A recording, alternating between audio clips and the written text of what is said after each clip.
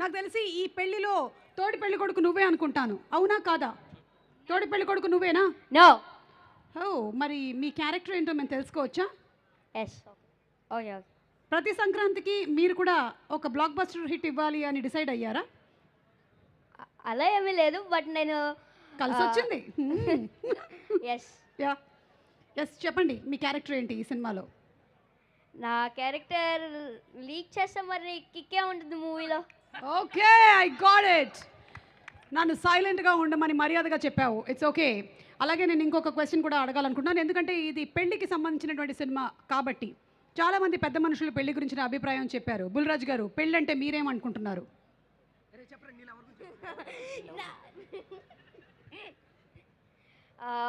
పెళ్ళంటే పెళ్ళంటే నాకేటో తెలీదు, బట్ బట్ తెలీదు నాకు పెళ్ళంటే. ఓకే, సరే, ఫైన్. అయితే నువ్వు ఏదైతే చెప్పాలనుకుంటున్నావో అది చెప్పు.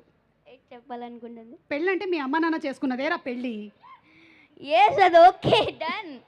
మీరేంటి చెప్పాలనుకుంటున్నారు? స్పీచ్ చెప్పండి మీది. యా. అందరికీ నమస్కారం. ఇంత మంచి ఛాన్స్ ఇచ్చిన నవీన్ అన్నయ్యకి, మీనాక్షి మేడంకి, అలాగే చిన్మయ అక్కకి థ్యాంక్ యూ సో మచ్. అలాగే అలాగే నన్ను మనమందరం నవ్వడం కోసం నవీన్ అన్న చాలా హార్డ్ వర్క్ చేశాడు. అలాగే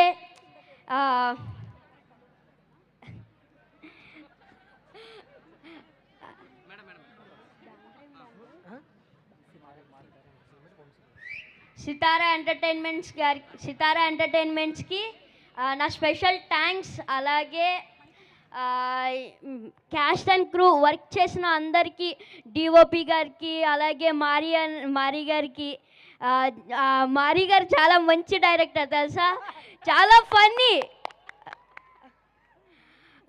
డిఓపి గారికి thank you so much. Thank you రా, thank you so much. And Jan 14th కలుద్దాం in theatres. Yes, Jan 14th అనగనగా ఒక రాజు. ప్లీజ్ సూపర్ డూపర్ హిట్ చేస్తారనుకుంటున్నా, మొన్న సంక్రాంతికి వస్తున్నాం లాగా. Yes, correct.